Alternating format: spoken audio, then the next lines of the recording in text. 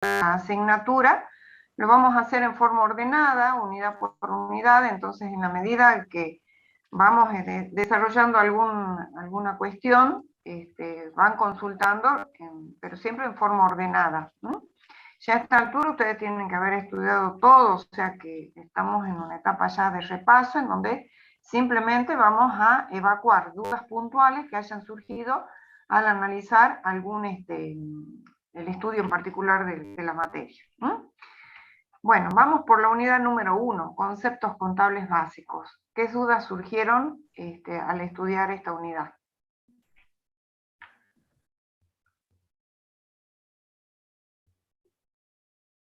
Habiliten el micrófono o bien... la cámara también, ¿no? Y las cámaras, chicos, por favor, para que chicos. nos podamos ver. Claro. Unidad 1, conceptos contables fundamentales. A ver, chicos, los queremos ver, habiliten las cámaras, ¿sí? Ya que Somos somos poquitos, así que sí. aprovechemos. Ahí está, Antonella, ¿qué tal? Ahí la estamos viendo, Antonella.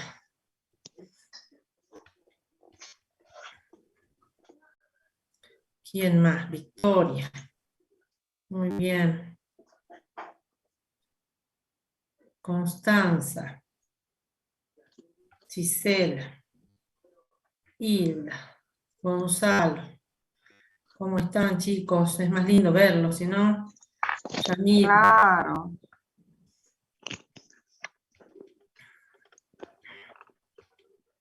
Julieta, muy bien.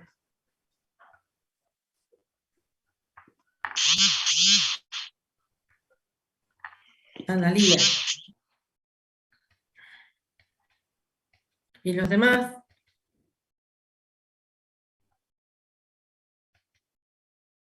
Bueno, a ver. Activen por favor su cámara y obviamente cuando hagan la consulta también el sonido. De la unidad 1, chicos, volvemos a repetir. ¿Alguna consulta que realizar? Ahí Francisco Contreras dice que no tiene cámara en el escritorio, Leo. Para mañana todos tienen que tener habilitada una cámara, chicos, ¿no? Esa es una de las condiciones para poder rendir el examen. Lean bien todo lo que pusimos en el aula para que den cumplimiento a todo lo que realmente se les solicita. Bueno, de la unidad número 2, caja y bancos, disponibilidades. ¿Qué dudas surgieron?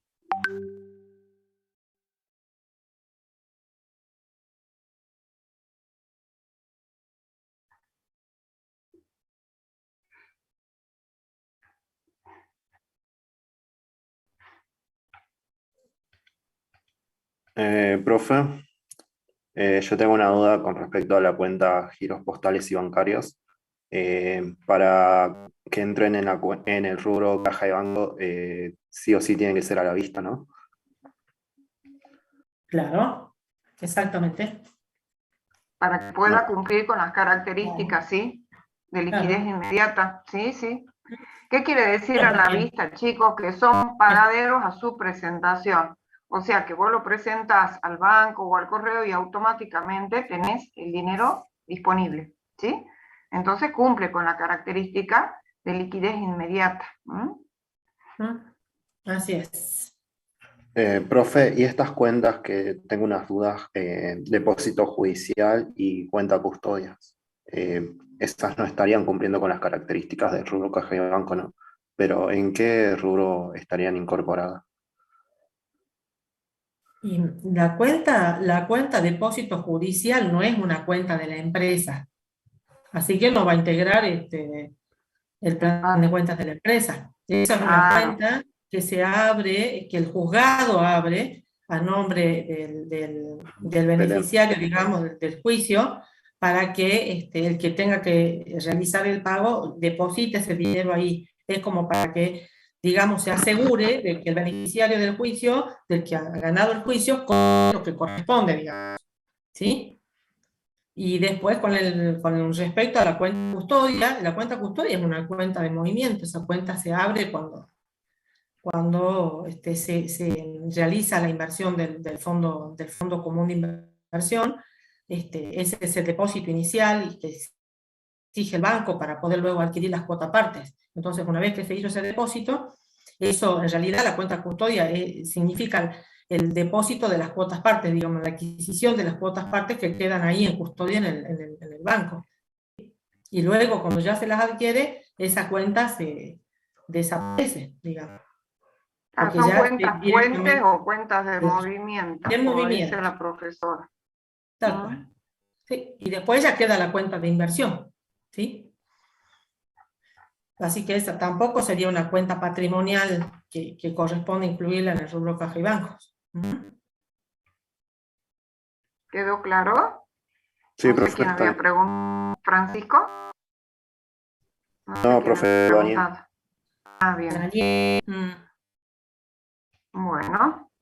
Otra duda tenemos en relación a la unidad número 2, chicos.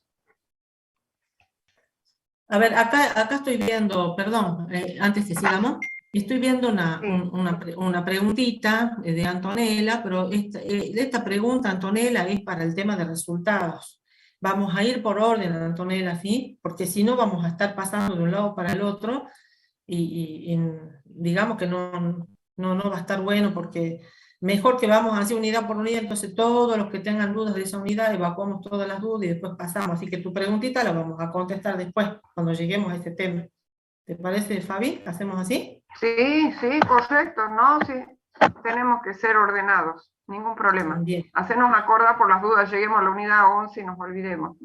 Bueno, está bien, sí, Bien. que nos haga recordar. De la unidad disponibilidades, chicos, unidad 2, ¿hay algo más que consultar?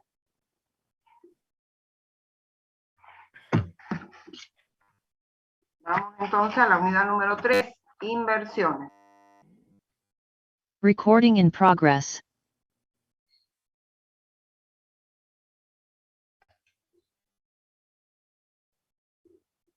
Inversiones. ¿No han ido anotando las dudas en la medida que iban estudiando la materia? Siempre les recomendamos que hagan eso, porque a lo mejor tienen las dudas y en este momento no se acuerdan. ¿Profe? ¿No? Pero si uno va anotando, sí. Profe, yo tengo una duda. A ver. En el examen anterior teníamos una pregunta donde teníamos varias cuentas y teníamos que ver si eran conciliaciones, arqueo o examen de documentos. Yo no me acuerdo si si pregunté si la hice bien o no, pero tenía una duda si respecto a deudores por venta lo que corresponde a hacer una conciliación. Eso está dentro de la unidad número 10, pero que ya la vamos a llegar en su momento, Gisela, ¿sí? Bien. Ya lo vamos a ver. Veamos ahora en relación al rubro inversiones. ¿Qué dudas tienen?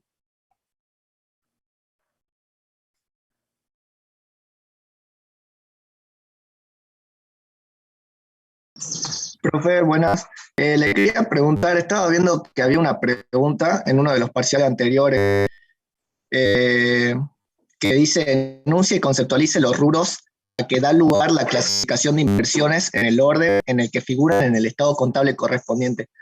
Entonces, ahí yo tengo que clasificar las inversiones en temporarias y las permanentes. Serían en el activo corriente las inversiones temporarias y en el activo no corriente la propiedad de inversión, las participaciones permanentes en otras sociedades y las otras inversiones. Otras inversiones. Si te dice específicamente rubros, tenés que concentrarte en esos 4 rubros que acabas de mencionar, ¿sí? Inversiones temporarias, participaciones permanentes, propiedades de inversión y otras inversiones, ¿sí? Bien, listo, profe. En esos cuatro rubros hay que circunscribir estas cuentas, ¿de acuerdo? Porque vos fíjate que no te estamos pidiendo clasificación de las inversiones, para que vos digas inversiones temporarias por un lado y permanentes por el otro. Inversiones permanentes no es ningún rubro, ¿entendés? Entonces, si te dijéramos, a ver, ¿cuál sería la clasificación de las inversiones? Sí, tenés que hablar de temporarias y permanentes, pero en este caso se está pidiendo puntualmente que digan cuáles son los rubros y que los mencionen en el orden en el que corresponde, ¿sí? Así que la respuesta, bueno, es la que diste, pero sin mencionar las inversiones permanentes, porque eso ya es una clasificación, no es rubro, ¿sí? Exacto. Exacto. Bien, bien, bien, profe, gracias. Muy bien. ¿Alguna otra duda de inversiones, chicos?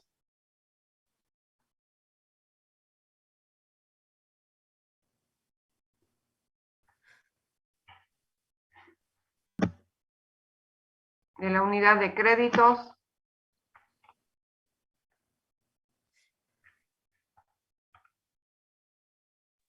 Yo tengo una duda con respecto a esa unidad.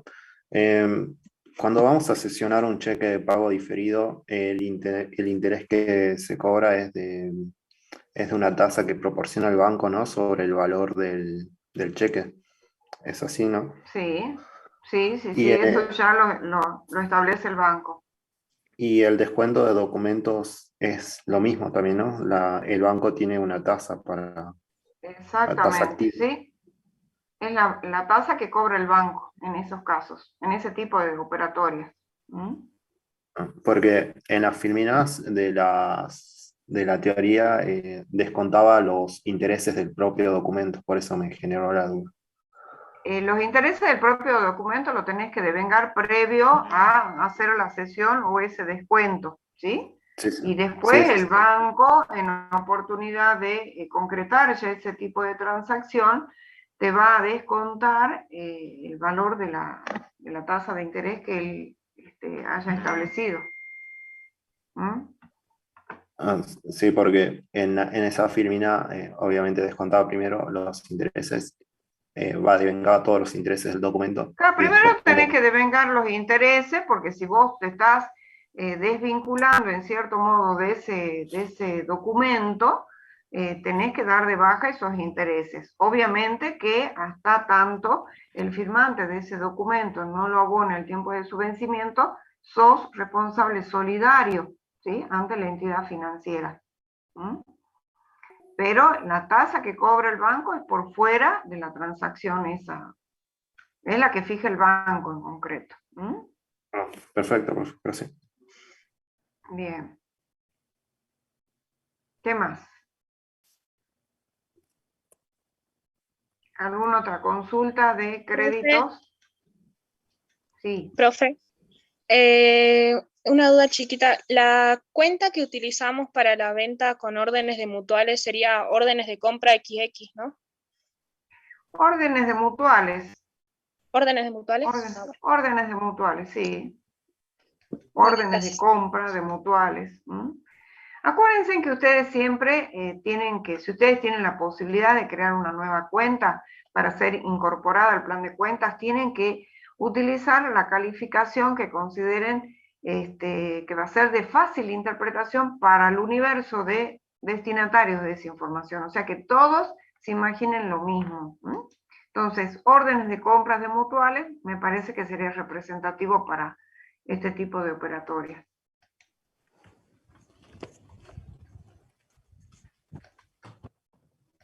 ¿Qué otra consulta más, chicos, en créditos? Profe, yo tengo una duda. Sí. Sí, con respecto a cuando la empresa tiene en su cartera de valores cheques y pagarés a cobrar, o sea que todavía no llegaron a su vencimiento y necesita liquidez, ¿puede acudir como financiamiento a hacer el endoso de los respectivos valores? Por supuesto, podés descontarlos o bien podés endosarlos, cualquiera de las dos opciones. ¿Mm? Cada una obviamente tiene sus particularidades, pero son, digamos, distintos tipos de operatorias que te van a permitir procurarte fondos como para hacer frente al pago de tus obligaciones si es que te falta dinero en caja. ¿Mm? Bien, gracias, profe. No, por favor.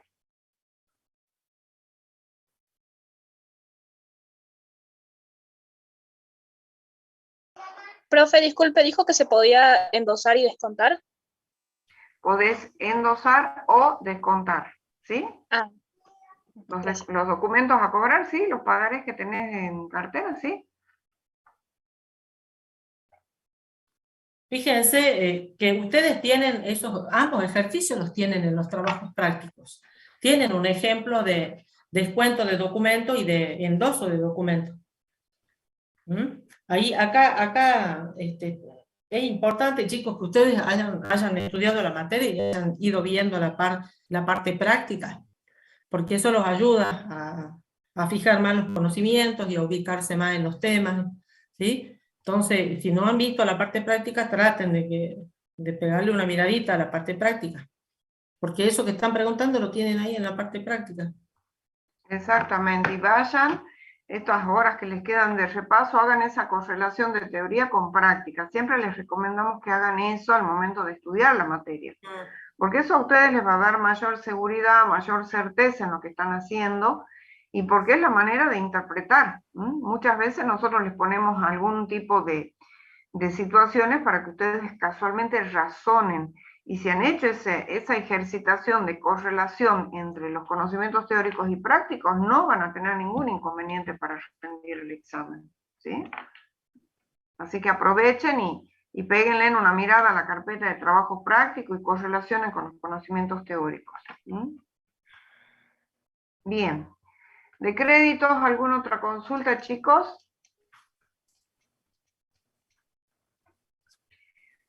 Bueno, pasemos al rubro bienes de cambio.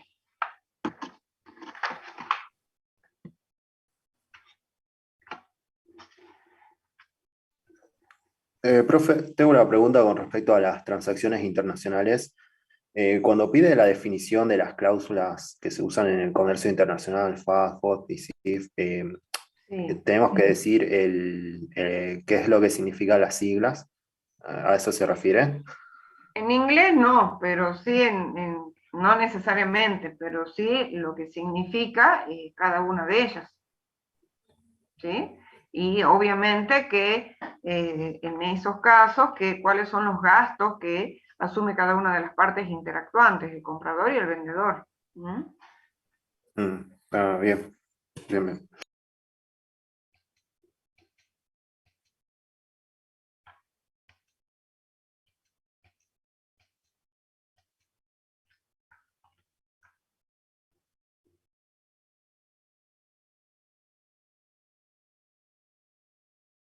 Estás muteada, Leo.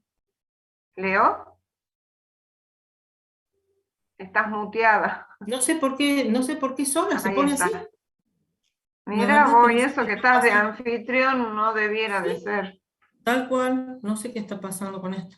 Yo estoy mirando el chat y no me di cuenta porque no estoy mirando eso, porque no lo toqué, digamos. Claro.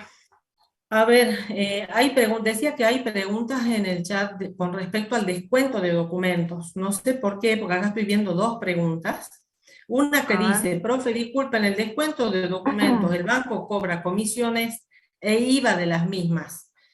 Y en otra dice, en un descuento de documentos se detraen comisiones bancarias con su IVA, los intereses que se encuentran incluidos en el pagaré con su correspondiente IVA e impuesto a los sellos. Entonces, a ver, no sé por qué hay dudas con respecto a esto, si esto está claro, está aplicado. Chicos, a ver, está explicado en la clase grabada, está en el Power inclusive tienen un ejemplito, ¿sí? de cada una de estas operaciones, además tienen los ejercicios de la parte práctica. Si ustedes van a ver esos ejercicios o se fijan en el Power, van a ver que cuando hay un descuento de documento, lo que el banco acredita es el neto resultante de detraer los intereses correspondientes, que ustedes deben saber cómo se cuentan, ¿sí? Y el IVA, lógicamente, de esos intereses, y el sellado. Acá no hay comisiones por descuento. El interés, el IVA del interés y el sellado, el impuesto de sellos. Eso es para el descuento de documentos. Donde sí hay comisiones que el banco va a descontar es en el caso de la cesión de cheques de pago diferido. Ahí sí van a tener la comisión que el banco les cobra. O sea, acá está, fíjense, o sea, peguen una repasadita más, miren bien esto, porque estas dudas, digamos, no son dudas de interpretación, no sé por qué se están confundiendo con esto. O sea, quizá les hace falta verlo de nuevo este tema y vean los ejercicios, ¿sí? Profe, Sí. con respecto al método global o diferencias por inventario, había una pregunta que decía cuándo es procedente o sea, su aplicación. ¿A qué se refiere con eso? ¿En qué oportunidad ¿en qué oportunidad se aplica ese método? ¿Por qué se lo aplica? Para determinar el costo de la mercadería vendida. ¿Cuándo se aplica el método por diferencia alimentaria? Para saber ¿Siempre? el costo de mercadería vendida. Claro, es para saber, pero ¿cuándo una empresa aplica ese método? Ese es el tema. ¿Siempre todas las empresas aplican ese método para determinar el costo? Tienen dos métodos, de inventario permanente y el de diferencia por inventario. Bien, entonces, ¿cuándo aplicas el por diferencia alimentaria? Eh, mm, Tendría que ver las ventajas del objeto social del ente. Sí. No. Finalizar. ¿No sería fecha de cierre del Vos ejercicio? mismo lo dijiste. ¿Ah? Si vos tenés un sistema de inventario permanente implementado en tu empresa, ¿vos vas a aplicar el método de determinación del costo en manera global? No, porque ya tengo el de permanente. Entonces, El método de ¿cuándo se costo aplica? global lo aplicas cuando no tenés un sistema de inventario permanente y obviamente este método adolece de una serie de ventajas porque todo va a ir a parar a ese monto y vas a estar de alguna manera ocultando información o encuadrando como costo algo que no lo es. Por ejemplo, mercadería deteriorada, roturas, ¿sí? Entonces no es representativo ese método. Por eso es que surge el que la mayoría de las empresas ya tienen implementado, que es el método a través del sistema de inventario permanente. En cada transacción de compra o de venta, el inventario se va actualizando automáticamente y vos sabés cuánto es el costo en forma precisa. Ah, bien, ya me quedó ¿Sí? claro. ¿Quedó claro? ¿Sí? ¿Quedó claro? Sí, sí. Muy bien. Bien. ¿Qué otra duda, chicos? Acá hay otra pregunta. Dice, profe, en el rubro bienes de cambio, ¿hay una previsión para desvalorización de mercaderías? Sí, hay No, una cuenta de previsión para desvalorización de mercaderías. Es una cuenta regularizadora del activo.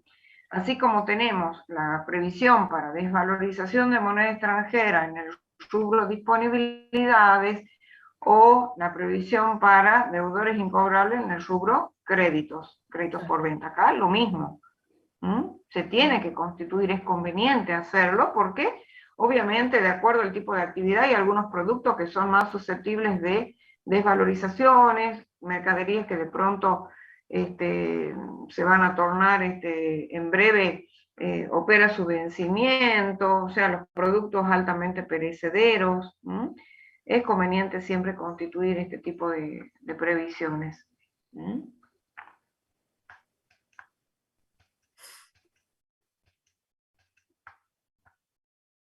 Bien. ¿De bienes de cambio había alguna otra duda?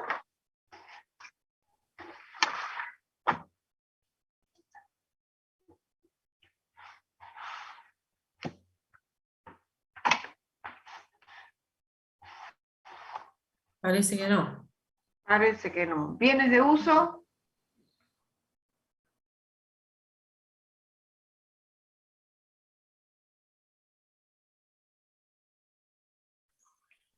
Profe, con respecto para dar de baja lo que sería un bien de uso, siempre tenemos que realizar la depreciación por todo el periodo. Cuando estás dando de baja, depende del método de amortización que haya implementado la empresa para ese tipo de bien. Si vos tenés un método de depreciación donde vos usaste mes o año de alta completo, en el mes o año de baja no vas a depreciar. Y a la inversa sí. Depende cuál ha sido el método que se haya establecido para cada tipo de bien de uso. ¿De acuerdo? Sí, sí. Si Bueno. tenés un método en función al rendimiento, ya sea por horas trabajadas, unidades producidas o kilómetros recorridos, ese sin duda alguna sí lo vas a aplicar al momento de dar la baja. ¿Por qué? Porque tenés conocimiento, tenés esos datos, como para poder efectuar el cálculo de esa depreciación. Y en los otros casos hay que ver cuál ha sido el criterio que se ha utilizado para al momento de la incorporación de esos bienes. ¿Quedó claro? Bien. Bien. Profe, los intereses implícitos. Pregunta, ¿no forman parte del valor de ingreso de un bien de uso, no? Y no. ¿No? Ustedes saben que cuando compran deben segregar el componente financiero implícito, ¿sí? En la cuenta que corresponde. O sea que el valor de ingreso de los bienes que se adquieren, estemos hablando de bienes de cambio, bienes de uso o algún bien destinado a inversión, el que fuere, se va a dar ingreso por valor de contado, ¿sí? Eso, cuidado con eso, ¿no? Con los conceptos que integran o no el costo de adquisición de los bienes o de incorporación al patrimonio de los bienes. Cuidado. Profe, disculpe, estaba viendo en una de las preguntas también de que la depreciación acumulada de un rodado, pongámosle como ejemplo, que la empresa utiliza para repartir la mercadería, se lo considera como resultado transaccional. Y, o sea, estaba marcado, ¿no? O sea, lo tenía marcado como un resultado transaccional. No sé si estará bien o no, pero eso le quería preguntar si sería o no. No entiendo la pregunta. ¿La depreciación Porque, acumulada si es resultado transaccional? sí, sí, sí. ¿Esa es la pregunta? Sí, profe. Estás muteada, Leo. Leo. Se te desactivó de nuevo el micrófono, Leo. Sí, no sé por qué. Tengo que estar mirando, no puedo mirar el chat porque se pone... Yo te aviso, no te preocupes. Si vos te encontrás con esa alternativa, vos nos estás preguntando a nosotros. Yo quisiera que lo razones vos. Si estamos hablando de una depreciación acumulada, ¿sí? ¿Qué tipo de cuenta es esa? ¿Qué tipo de...? Primero que nada, vos tenés que ahí marcar si es un resultado transaccional o no. Y una depreciación acumulada, ¿entraría dentro del concepto de un resultado? No, porque es una regularizadora. Y entonces, salvo que haya estado mal Claro. interpretado eso, o hayas, no sé, vos tenés copiada la pregunta, la verdad que no sé. Yo estoy hablando en voz alta en base a lo que vos decís, pero... Claro. No, está bien, profe. ¿Sí? Está bien. Sí, sí. Dale, muy bien. ¿Qué más? ¿Qué otra duda tiene? Profe, en la baja. Profe, en la baja de bienes de uso, ¿el valor de baja se puede decir que es igual al valor de mercado? O sea, el valor que me van a dar si yo vendo el bien en el mercado.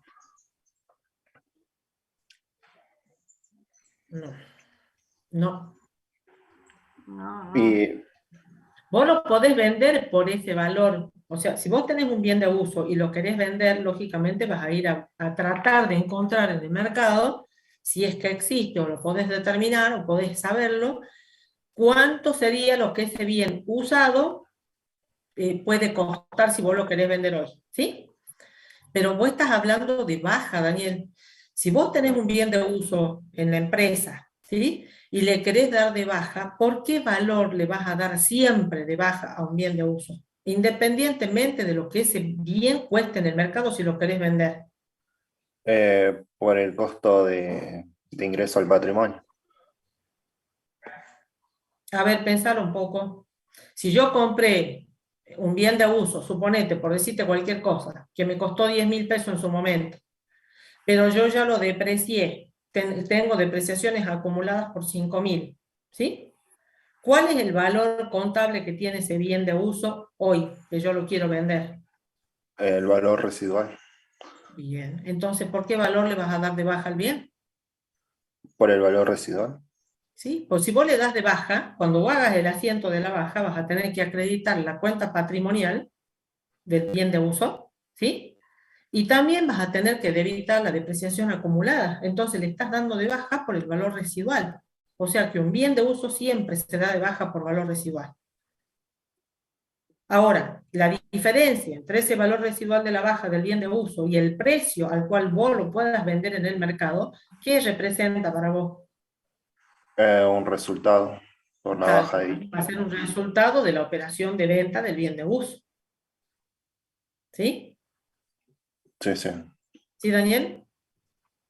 Sí, sí me quedó claro. Bueno. Muy bien. Profe Leonor, disculpe, Sí. no era una depreciación Sí. acumulada, era una depreciación. Yo me equivoqué ahí. Ah, o sea, era una depreciación, resultado. Sí, sí. Ah, bueno, en ese caso, volvemos Yo, a Sí, tener que sí. empezar. yo tiraría porque es un resultado transaccional, porque como es un bien de uso que la empresa utiliza, le da uso y es como que por su decisión lo va desgastando al bien. No sé si está bien.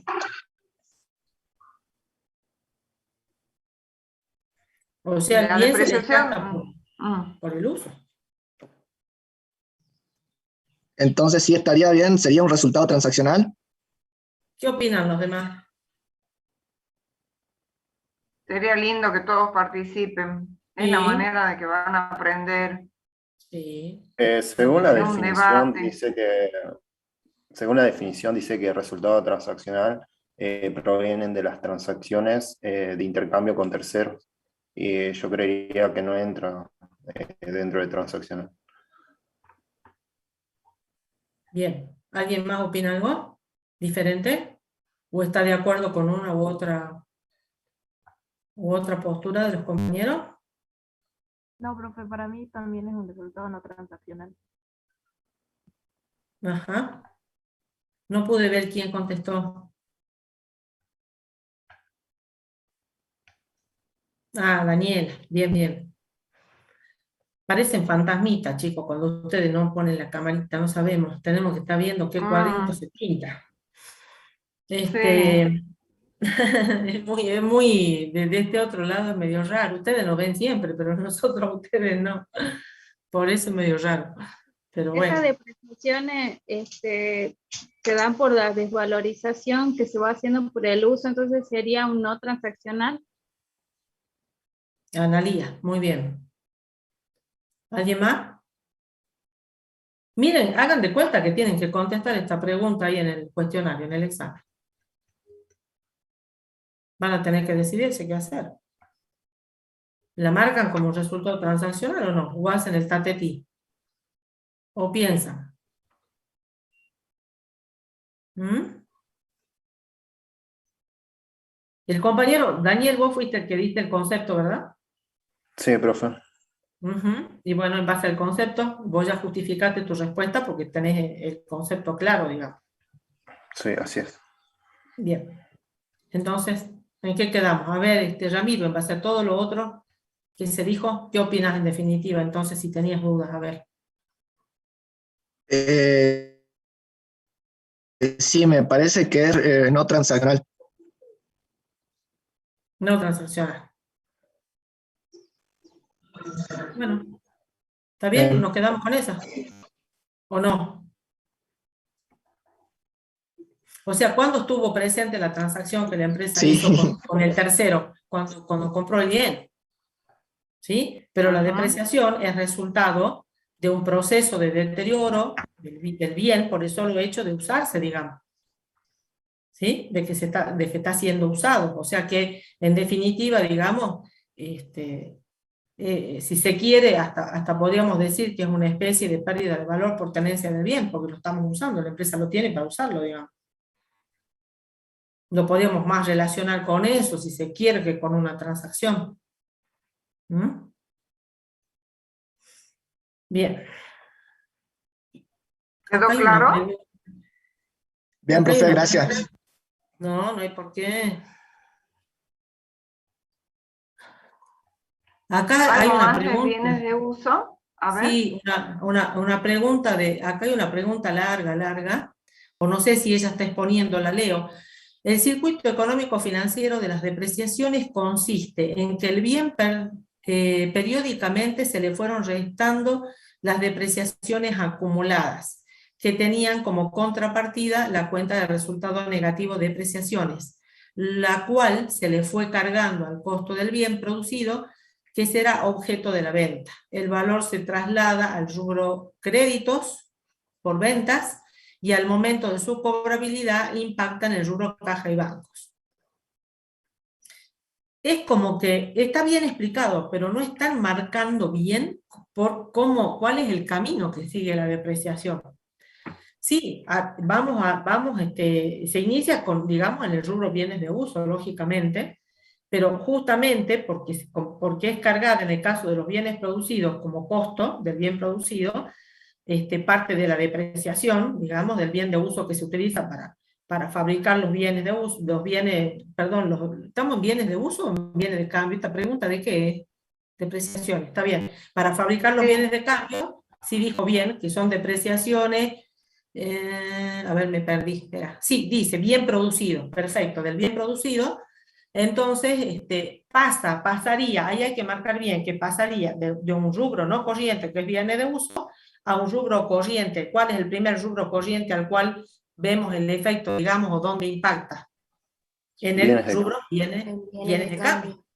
Claro, y de ahí recién, cuando va para la venta, puede ir directamente a impactar en el rubro caja y banco si la venta es al contado, y si la venta es a crédito va a impactar primero ¿dónde? En el rubro créditos por venta, y cuando se cobre recién ahí al rubro caja y bancos. ¿Sí?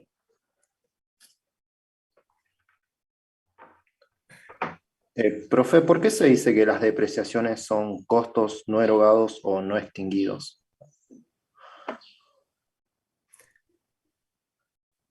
Es un costo no erogado. ¿Por qué te parece, Daniel, que es no erogado? ¿Qué significa erogar?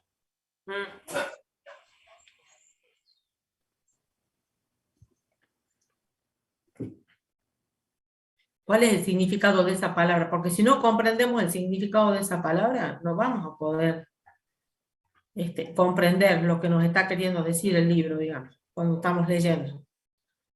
Chicos, ese era el objetivo. No sé ustedes cuándo la cursaron, la verdad que... Vos, Daniel, ¿cuándo la cursaste a la materia? En 2019. 2019. Antes de la pandemia.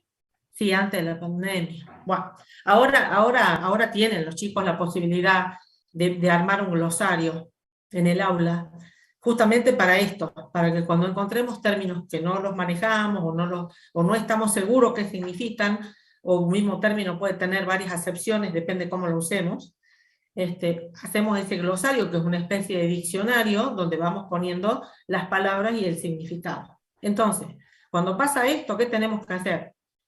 Tenemos que buscar el significado de esa palabra. Y ahí vamos a comprender qué significa erogar, chicos. Pagar, profe. Claro. Bien. Muy bien. Muy bien. Entonces, Daniel. Lo tengo entendido como que no salen recursos del ente. Claro. Exacto. Al formar las O sea, depreciaciones. no deja de ser digamos, un gasto para la empresa, pero es no erogado porque no tiene como contrapartida un flujo de efectivo, un egreso de efectivo. ¿Entendés? Sí. ¿Cuál sería un gasto erogado, por ejemplo, para la empresa? ¿Qué se te ocurre? Sueldos y jornales. Muy bien, muy bien. ¿Comprendiste, Daniel? Sí, sí. Bueno, muy bien. Profe, ¿Qué otra duda, chicos? ¿Alguien quería preguntar algo recién? Dijo profe y no dijo más nada. Sí, por eso es que pregunté. yo, por esa razón Ah. que justamente decía el compañero, que es un costo, un gasto que no va a ser erogado, es por eso que es no transaccional también, ¿o no? Porque tenemos la pérdida de su valor y no hay ninguna transacción entre nosotros con otra persona, con un tercero.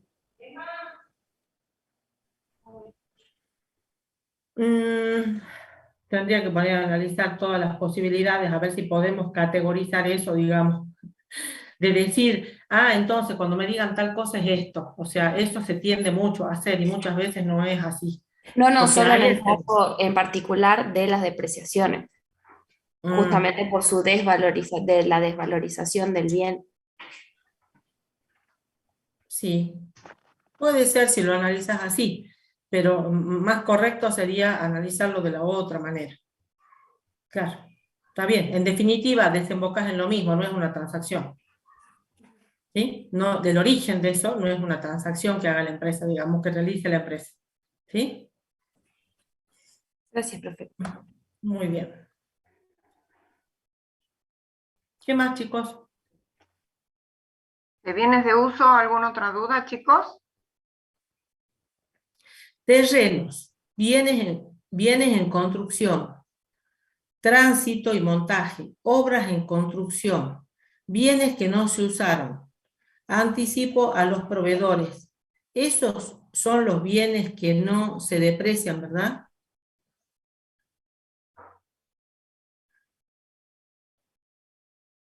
¿Qué dicen ustedes? ¿Está bien la consulta de Daniela? ¿Qué opinan ustedes? Que sí, está bien, profe. Está bien. En el caso del terreno, acuérdense de que, bueno, eso en principio es así, pero puede tener una excepción. Siempre les aclaramos eso de los terrenos, que en principio no son susceptibles de depreciación porque, al contrario, tienden a incrementar su valor, pero hay algunas situaciones particulares que hacen que pierdan su valor, entonces en esos casos sí hay que ejercer el proceso del cálculo de la depreciación. En el caso de por ejemplo, un terreno no apto para la construcción, porque tenga vertientes, o por los otros terrenos que se destinan al cultivo. Entonces, en esos casos sí son susceptibles de depreciación. Y los otros 4 están perfectos. Siempre se olvidan algunos cuando pedimos. Y con respecto a los bienes que no se usaron, ahí es como que cuidado, porque siempre nos estamos refiriendo a un bien de uso que la empresa adquirió como bien de uso y todavía no lo utilizó. ¿Sí? No es cualquier bien que no se usó, es un bien de uso. ¿Estamos? Porque estamos hablando de bien de uso, así que cuidado con eso, ¿sí? Bien. ¿Algo más de bienes de uso, chicos? Eso que dijiste, sí, eso que aclaraste, lo aclararon también otros compañeros. A ver, Antonella dijo sí, yo digo que está bien, y Julieta también dijo que siempre que no sea de una actividad agropecuaria. Hizo la salvedad. Bien. Muy bien. Perfecto. Bueno. ¿De activos intangibles hay alguna duda, chicos? Profe, disculpe, le estaba por preguntar, había una cuenta que recién la vi en una de las preguntas que tomaron en la mesa pasada, que se le hicieron clasificar a los chicos, que era la cuenta de anticipo a proveedores por compra de inmobiliario. Con inmobiliario se referían a un inmueble, cualquiera. Ay, no te entiendo bien porque justo se entrecortó. ¿Cómo es el nombre de la cuenta? Anticipo a proveedores por compra de inmobiliario. No, de inmobiliario no, debe ser de mobiliario, mobiliario? quizás. Claro. Mobiliario puede ser, que son los muebles. El mobiliario, ponele de una empresa, ¿qué implica? Es lo mismo que decir muebles y útiles, digamos.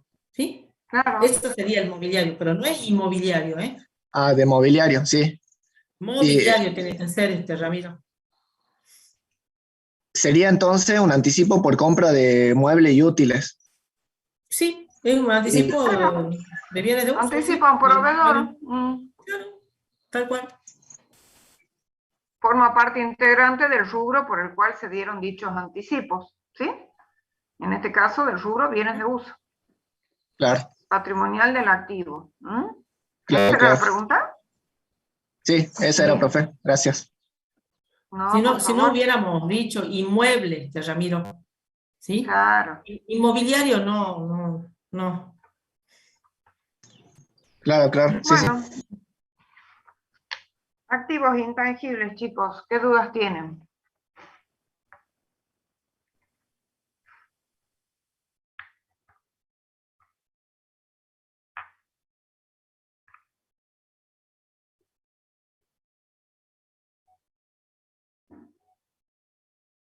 ¿No hay dudas? Bueno. Profe, ¿podría explicar gastos preoperativos?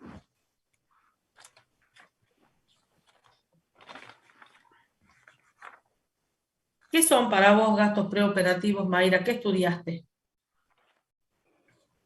O sea, antes de que Porque, la empresa...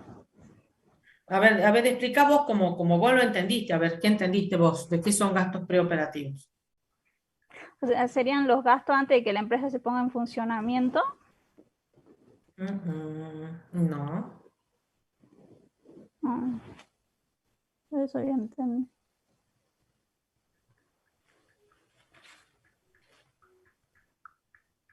A ver, no sé cómo le hemos puesto, porque por ahí le llaman de distinta manera. Vean, mejor. Teníamos gasto de investigación, gasto de investigación y desarrollo y gastos preoperativos. Ah, bien, pero Encargos también diferidos. fíjate, claro, pero fíjate que también te están faltando los gastos de organización. Por eso quería estar segura a qué gasto te estás refiriendo vos, ¿a los gastos de organización o a los gastos preoperativos? Preoperativo. Bueno, entonces el concepto que vos tenés no está correcto. Bien. O sea, no, es de una empresa. A ver, los gastos antes que comience a funcionar una empresa no son gastos preoperativos, son los gastos de organización. ¿Sí? Los gastos preoperativos se aplican para cuando hay actividades que la empresa, una vez que ya está funcionando, decide llevar a cabo otra actividad, entonces ahí vas a encontrar los gastos preoperativos. A una nueva actividad. Claro. ¿Entendés cuál es la diferencia? Sí. Bien. Eso. Bien. Gracias, profe. No hay por qué. Profe, ¿puede volver a mencionar esa última parte de los gastos preoperativos, por favor? Que son cuando la empresa decide, por ejemplo, iniciar una nueva actividad. Esos son los preoperativos. Mientras que los gastos de organización, que son diferentes, son los gastos en que la empresa incurre cuando está recién constituyéndose la empresa. Recién está naciendo la empresa. Recién va a iniciar su actividad. ¿Sí? Gracias, profe. No hay por qué.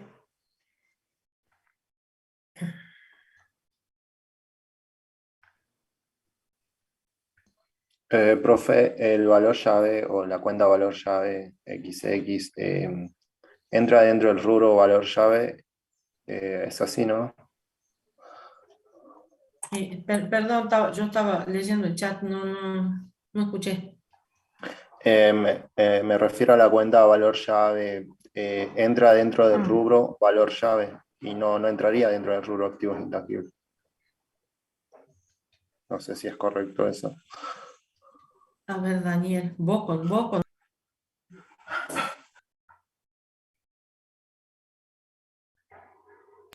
Ya se me silenció de vuelta solo, mira. Me di cuenta porque me apareció un letrero acá. Ya te estaba por avisar, Leo. Por el letrero me hizo dar cuenta. Bueno, Vos hablás de valor llave, Daniel. ¿Cuándo surge el valor llave? ¿Qué es para vos el valor llave? Es Ese que vos estás preguntando. un mayor valor que se paga sobre el patrimonio del ente, en el caso bueno, que llegue a vender, ¿no?, la otra empresa. Bueno, eso que vos decís valor llave es la llave de negocio. Ajá. Cuando una empresa adquiere un fondo de comercio, o es decir, otra empresa que está en funcionamiento, ¿sí? Y pagás un mayor valor por adquirir esa empresa que el que resulta del valor de su activo pasivo, ¿sí? Por encima de lo que realmente vale esa empresa contablemente, esa diferencia se llama llave de negocio, que responde a qué, a algunos factores, digamos, de que esa empresa, ¿por qué vos la tenés que pagar más? Porque a lo mejor es una empresa exitosa, que tiene una muy buena clientela, está generando buenos niveles de resultados, tiene qué sé yo, no sé, tiene un prestigio en el mercado, y etcétera, etcétera. Entonces, por eso es que vos tenés que pagar un mayor valor. Bueno, eso es la llave del negocio. Y solamente se reconoce la llave de negocio cuando se adquiere un fondo de comercio, ¿sí? Porque vos con tu propia empresa también podés hacer lo mismo, podés llegar a tener una empresa exitosa y demás, que vos en realidad sabés que vale más que lo que dice la contabilidad, pero no la podés reconocer en tu contabilidad el valor llave de tu propia empresa, ¿entendés? Sí, eso sí. Las resoluciones no te dejan, la resolución técnica no te permite reconocer ese mayor valor, solo cuando vos adquirís una empresa. Ahora, el valor llave, nosotros lo llamamos cuando vos pagás un mayor valor por adquirir la participación de otra sociedad, de otra empresa. Cuando pagás por sobre el valor patrimonial proporcional que tiene esa participación que vos estás comprando. Y en ese caso, ese valor llave forma parte de la inversión que vos estás adquiriendo, ¿sí? Ese valor llave va a formar parte del rubro participación permanente en otras sociedades. ¿Entendés cuál es la diferencia? Sí, entonces hay una diferencia entre llave de negocio y valor llave. Sí, tal cual. Bien, listo. ¿Sí? Gracias. Vos en el valor llave estás comprando parte del capital de otra empresa. En cambio, cuando vos compras un fondo de comercio completo, cuando dos empresas se fusionan, pasa eso, ponele, ahí puede surgir una llave de negocio. ¿Sí? Uh-huh. Sí. Bien, profe, gracias. ¿Por qué? Ahí contestó eso Francisco, dice, valor llave XX es el del rubro participación permanente en sociedad. Muy bien. Sí.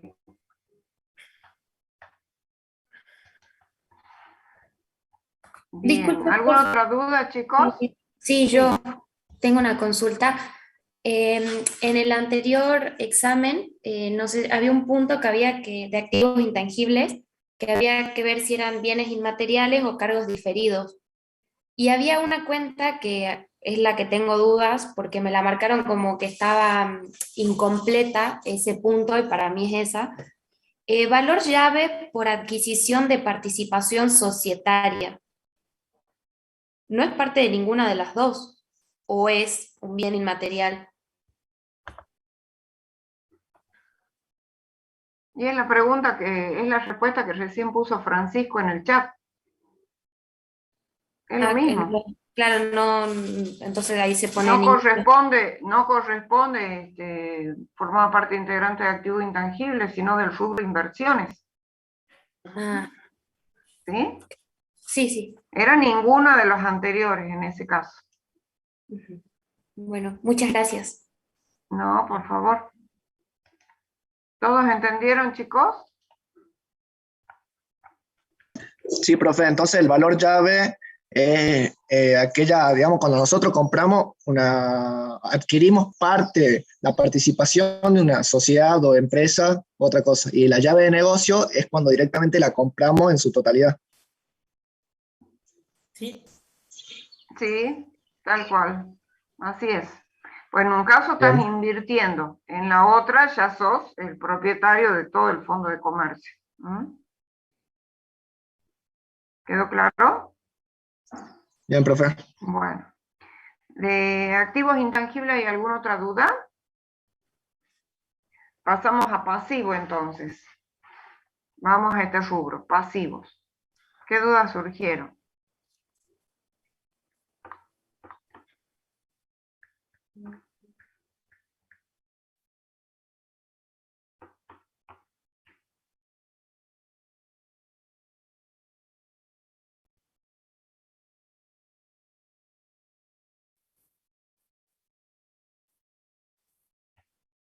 ¿No hay dudas, chicos, de pasivo?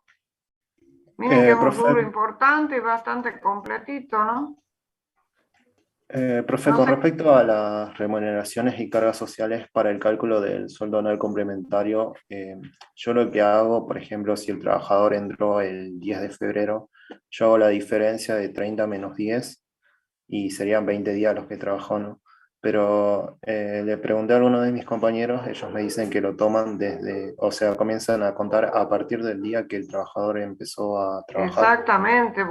¿Cuántos días no trabajó ahí? 9. Son los 9 días del primero al 9, porque el 10 incluido. El 10 ya empieza a prestar servicio, por ende, ese día lo tenés que computar para su cálculo. Él lo trabajó, ¿sí? O sea, Sí. en ese caso, tenés que considerar 9 días de inasistencias. Ujú. Y con respecto al cálculo de los ¿Cálculo de qué, perdón? sobre qué base se calculan los aportes y contribuciones. En dicha pregunta decía la suma algebraica del sueldo básico más inasistencia, más presentismo o inasistencia. Ahí me confundió un poco esa pregunta porque, o sea, las inasistencias sí se suman, pero el presentismo sí se suma, pero las inasistencias restan al sueldo básico. Exacto. Pero ahí había una o sea, decía suma algebraica de inasistencias. Son excluyentes, o vos podés tener un presentismo y no inasistencias, o bien, si incurrió en faltas, no le liquidaste el presentismo, ¿sí? O sea, sueldo básico más presentismo, si es que no faltó. Sueldo básico menos inasistencia, si es que incurrió en alguna ausencia injustificada, ¿sí? Entonces esa pregunta vendría a ser correcta. Y habría que analizarla bien, así como me la plantea, me gustaría tenerla entera al texto para decirte sí o no. Digamos, en este momento yo te aclaro que son conceptos excluyentes. Si no faltó, le liquidas el presentismo y se suma al básico. Y si de pronto incurrió en una ausencia, se resta la inasistencia y no se le liquida el presentismo.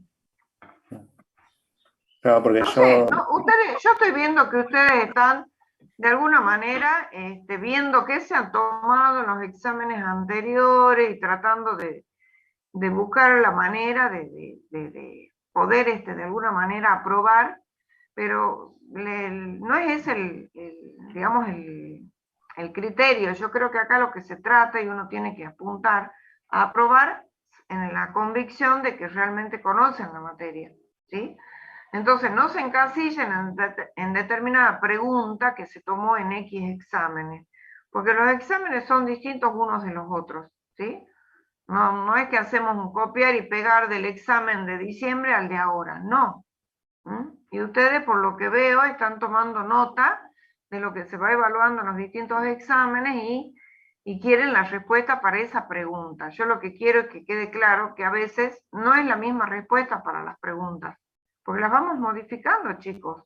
Acá lo que se trata es que ustedes apliquen todo lo que han aprendido digamos, demostrándolo, respondiendo adecuadamente cada pregunta. Sí, pero mi duda era más por el tema de la interpretación, porque, o sea, yo lo sé sacar, o sea, sé cuál es la respuesta en sí, pero mi duda era la interpretación de dichas opciones que me daban, ¿no? Para seleccionar. Y la tendríamos que leer de nuevo a las opciones así textuales, no me la acuerdo. Tendríamos que No sé estar... si vos te la acordás, Leo.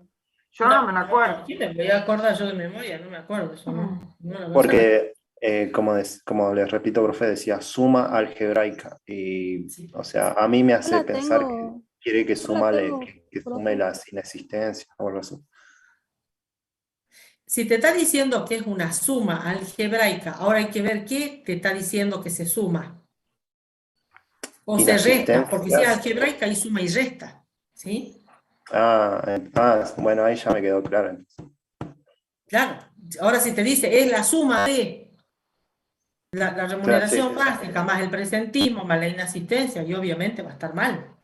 sí, ahí ya me quedó claro. Pero ojo, Daniel, a ver, yo te estoy contestando en base a lo que vos estás preguntando, pero yo no tengo esa pregunta en este momento, no sé cuáles eran las opciones, porque no las sé de memoria, nosotros dos no nos podemos acordar de memoria esas preguntas. Entonces, no es que te estoy diciendo, sí, está bien, contestaste bien, o esa respuesta está bien o está mal, no, yo te estoy contestando en base a lo que vos estás preguntando, ¿sí? Pero ojo, hay que leer bien, ¿sí? Sí, Claro, Daniel, porque eso la interpretación tendrías que tenía ver cuáles son las otras opciones para darte cuenta y comparar. Porque no es una sola cosa la que vos tenés que analizar, vos tenés que analizar todas las opciones y cada palabra de lo que vos tenés que elegir. ¿Sí? Sí. Bueno, entonces hay que razonarlo bien a eso. Si vos sabés liquidar sueldo, la tenés que hacer bien a la pregunta. ¿Mm? Sí. Más que nada tengo problema con el tema de las interpretaciones de algunas opciones para elegir. Claro, no te apures, digamos, vos lees bien todas las opciones y fíjate bien y las vas a poder contestar bien. Porque por ahí uno lee mal, te digo, uno lee bien. ¿Sí? Entonces ahí tengan cuidado. ¿Mm? Sí, profe, gracias. Listo, muy bien. Tómense su tiempo para analizar cada caso. Bien. Bueno, de pasivo, ¿qué otra duda hay?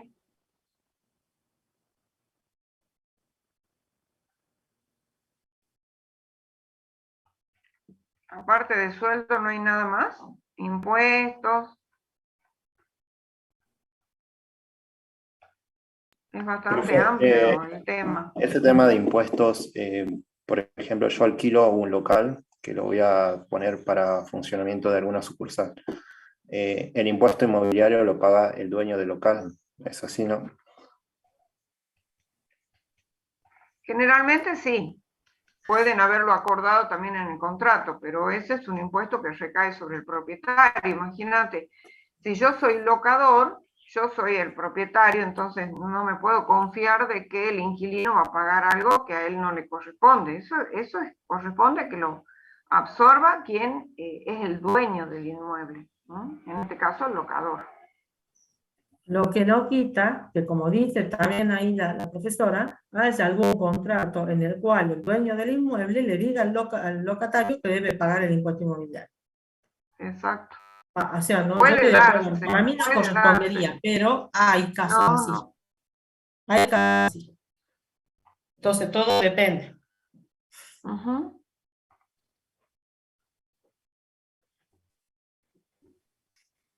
¿Qué otra duda, chicos? Profe, yo tengo una duda. A ver. Ya le digo.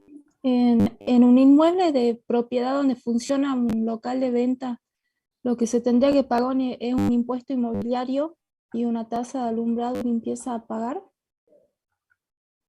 Sí. ¿Son esas dos? Y podés tener otros tipos de impuestos. ¿Sí? La tasa de habilitación La municipal. habilitación municipal, Sí, por tal ejemplo, cual. que es a nivel municipal, sin la cual no vas a poder operar.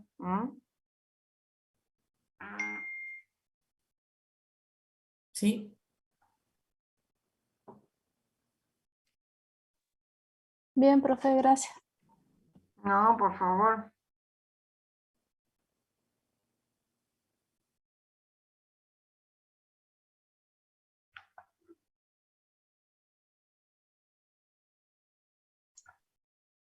Acá hay una pregunta en el chat, Leo.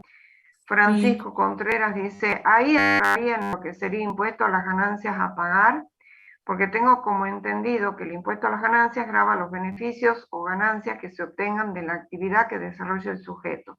Sí, dentro del rubro cargas fiscales, sin duda alguna, también está la cuenta impuesto a las ganancias a pagar. Lo que pasa es que eso está en relación con el párrafo de arriba, que dice, por ejemplo, una tráfico de su propiedad que se destina a alquiler.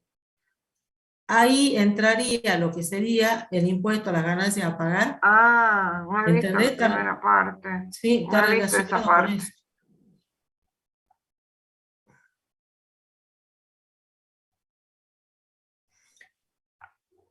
A ver, no sé a qué apunta la pregunta esa, pero bueno. No, yo tampoco.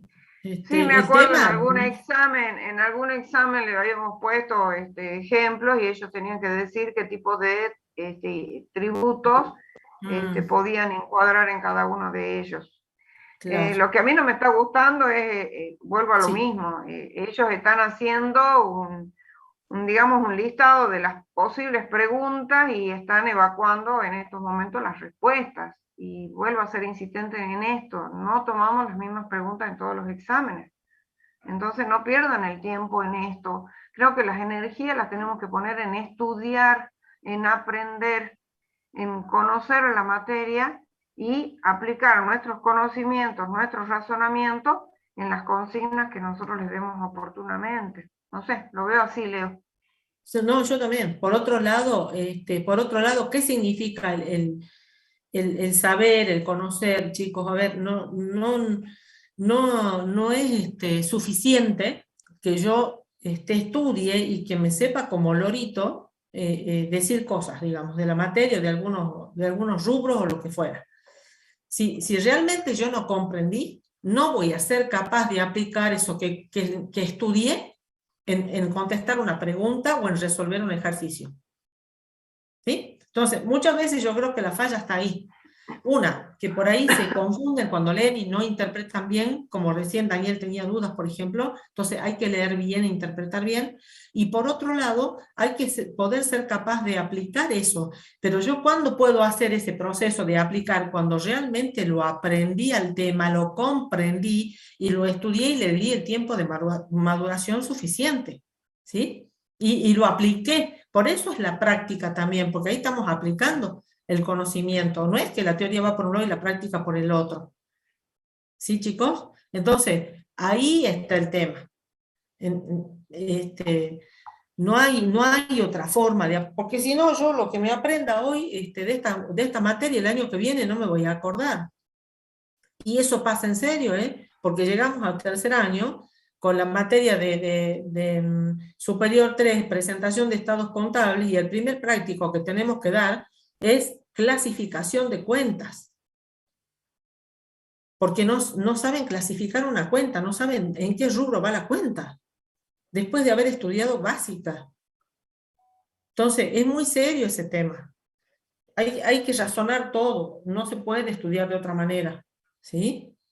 Nosotros antes en la secundaria memorizábamos, sí, dábamos la lección y punto. Acá no es así.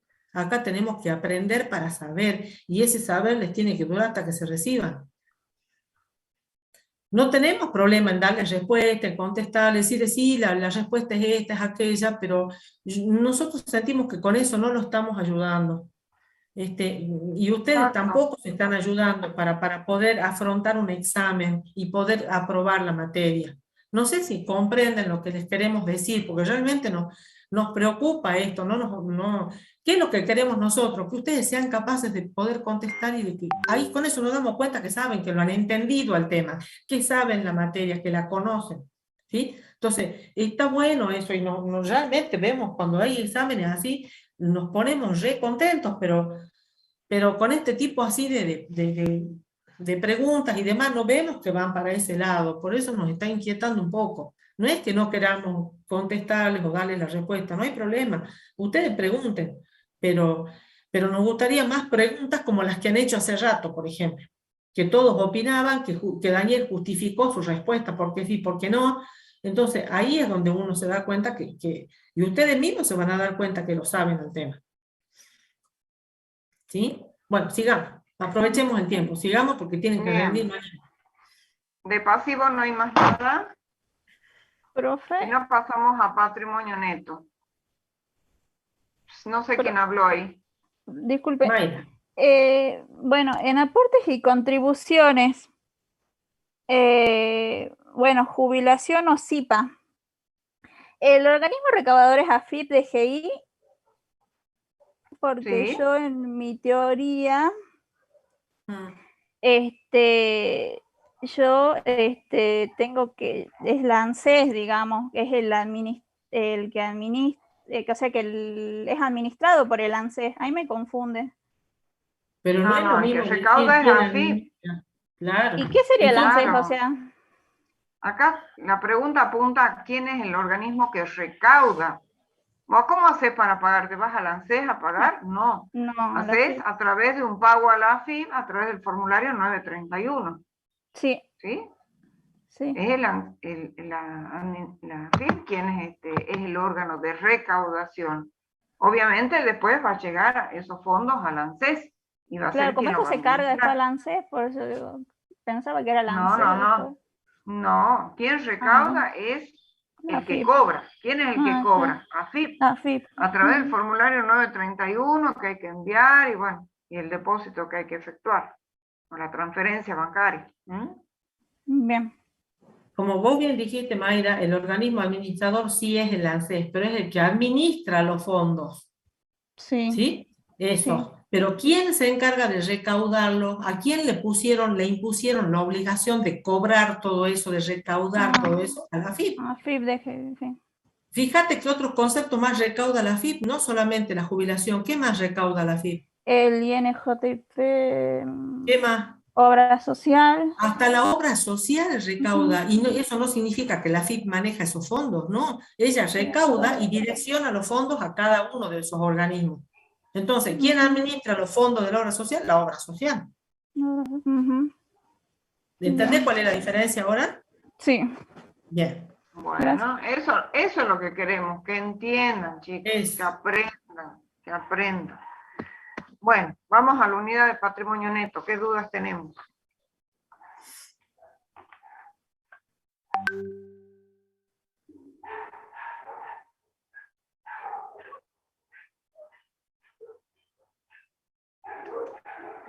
Profe, en una de las opciones, o se puede decir para cancelar lo que sería un pasivo, o sea, cuando se da como cancelada la obligación, uno de los ítems decía que se convierte la deuda en capital.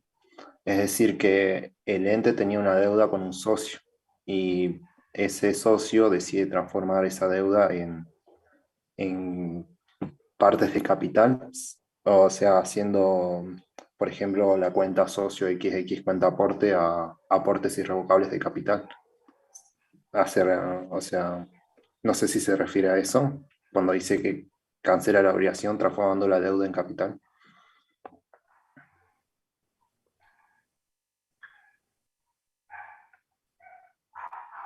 Extinción de pasivos, estás hablando, Daniel.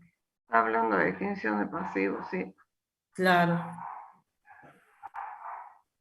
Claro, eso, pero creo que tiene que ver también con patrimonio neto porque, como dice, se transforma, o sea, la obligación se cancela transformando lo que sería esa deuda en capital. O sea, el asiento sería socio XX cuenta aporte a aportes irrevocables de capital. No sé si es correcto eso. ¿Le dimos eso así, como ejemplo? No, Leo. No, siempre le hacíamos como que ingresaba el dinero en efectivo. Él lo está asociando, entiendo yo, como que se tratara de un aporte irrevocable de capital.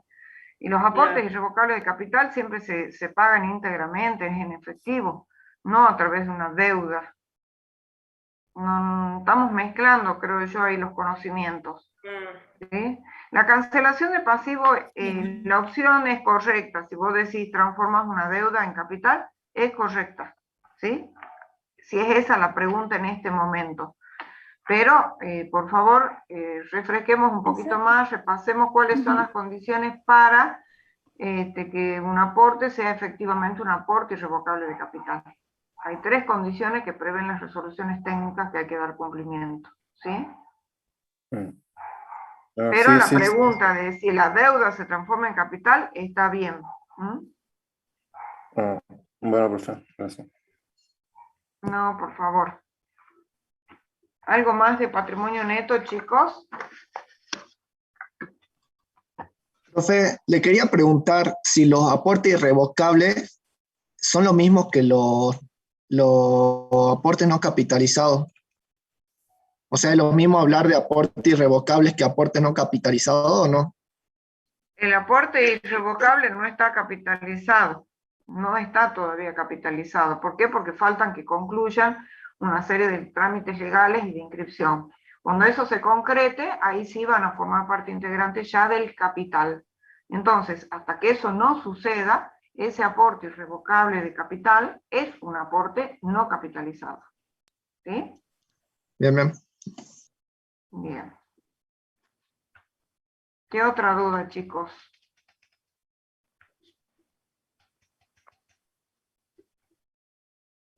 Profe. Sí. Sí, yo tengo con respecto a o sea, los órganos de decisión de una sociedad anónima, está conformado por la asamblea ordinaria y de ahí se divide en órgano volitivo y órgano de administración, ¿que no? No, son órganos tienen funciones. Los órganos de una sociedad anónima son ¿cuántos, Natalia? A ver, ¿qué te acordás vos de lo que estás diciendo? O sea, los órganos de decisión para mí son el órgano volitivo y el órgano de administración. No, del órgano de decisión...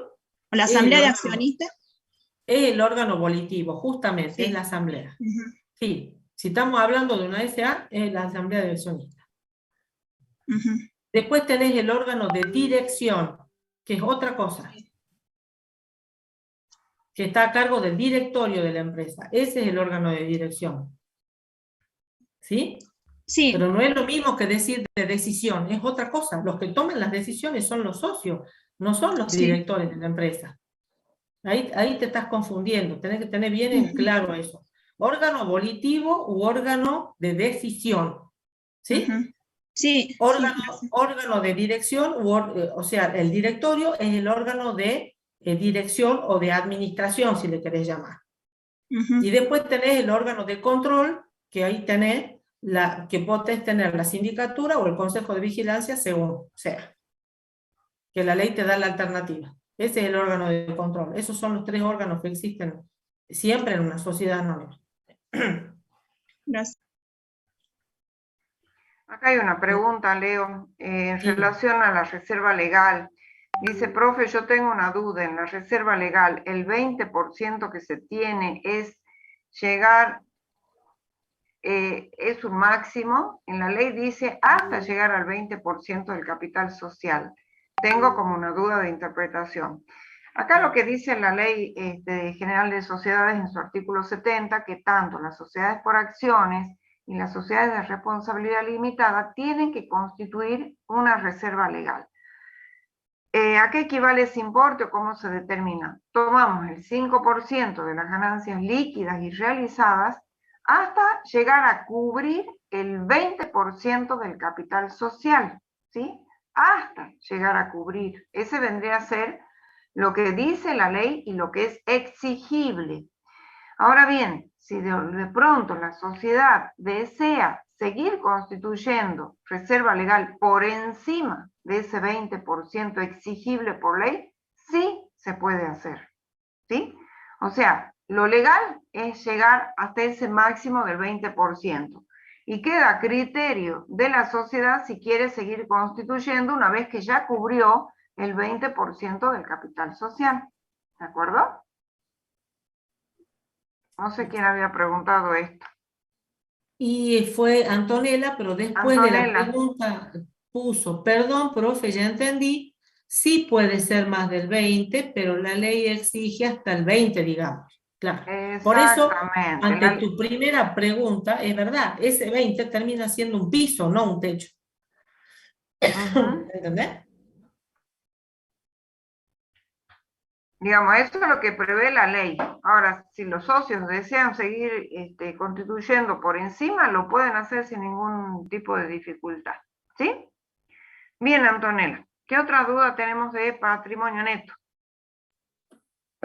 Profe, yo tengo una duda con respecto al destino de las reservas, más que nada de la reserva facultativa y estatutaria.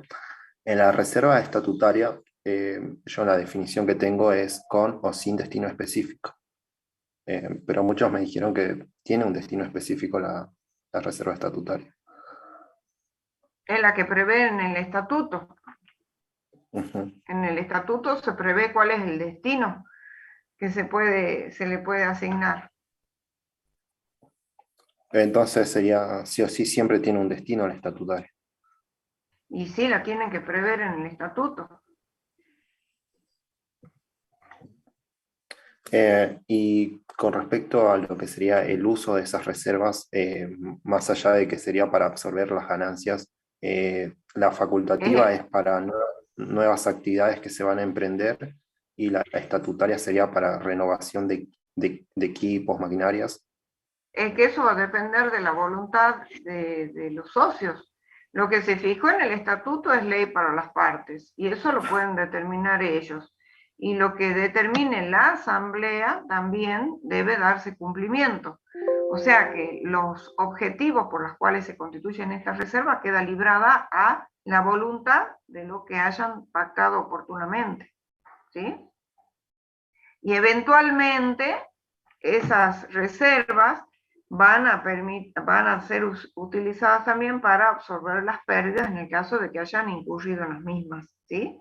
Pero en principio, digamos, tanto las reservas facultativas como la estatutaria han sido creadas con un fin específico, establecido en el estatuto o en la asamblea o reunión de socios, ¿de acuerdo? O sea, lo que diferencia es que una es obligatoria por el contrato o estatuto y la otra es voluntaria. La otra es la que surgió de un órgano deliberativo, es lo que determinó la asamblea, ¿sí? Que obviamente queda librado a lo que decidió la mayoría, porque a lo mejor yo no compartí, yo soy socio, no compartí que se cree eso, voté en contra, pero los demás dijeron que sí, bueno, tengo que allanarme a lo que dijo la mayoría. Profe, es decir que si hablamos de finalidad, ¿ambas tienen la misma finalidad? No necesariamente, no. Vos podés decir, yo creo esto, el estatuto fijó esta reserva para, qué sé yo, para crear una planta fabril, y a lo mejor la facultativa ha sido para pero comprar ambas... una flota de camiones. Podés tener distintos objetivos. Sí, pero me refiero que ambas son para un fin específico. Exactamente.